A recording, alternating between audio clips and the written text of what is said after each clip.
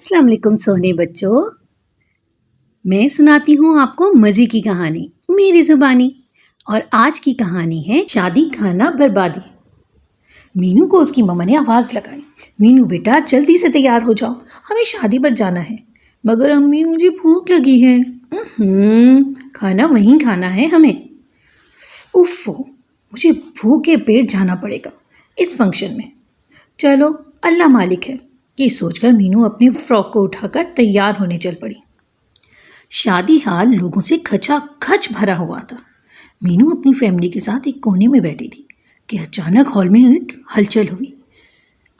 सब लोग हॉल के एक तरफ दौड़े चले जा रहे थे और कुछ ही लम्हों में उसे अंदाजा हो गया कि सब लोग खाने की तरफ लपक रहे हैं। मीनू को भी भूख ने सताया और वो भी उठ खड़ी हुई। मगर ये क्या, अभी पलटी ही थी कि फ्रॉक कोरमे के नक्शे नगार से आरास्ता हो गया।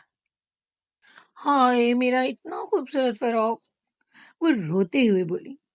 खैर है बेटा, खैर है, शादी ब्याह में ऐसा हो जाता है, कारनामा करने वाली आंटी हंसते हुए बोली और अपनी पहाड़ बनी प्लेटों को संभालती टेबल पर जा बैठी।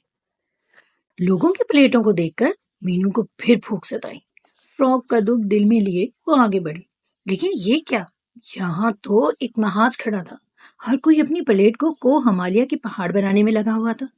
उसने प्लेट थामी और चम्मच की तरफ हाथ बढ़ाया ही था कि एक आंटी ने ऐसे झपटा जैसे उनकी मलकियत पर कोई काबिज होने लगा।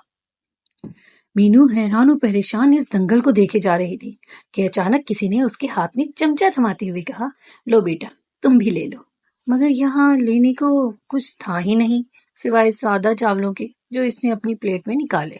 एक नजर दौड़ाने पर हर टेबल खाने का ढेर मालूम हो रही थी। लोग हर प्लेट से आधा खाना खा रहे थे और आधा छोड़ रहे थे। चिकन, चावल, नान, सलाद, गाजर हलवा सब दुहाई दे रहे थे। जब खाना नहीं था तो हमें क्यों निकाला? मीनू का दिल उदास हो गया। फिर रास्ते में नजर आने वाला वो बच्चा याद आया जो खाने को कुछ मांग रहा था। वो सोचने लगी, क्या हमें खुदा ने ये रिस्क इस तरह फेंकने को दिया है? वापसी पर अम्मी कह रही थी, खैर से शादी खाना आबादी हो गई। और मीनू सोच रही थी कि खाना बर्बादी ज्यादा हो गई।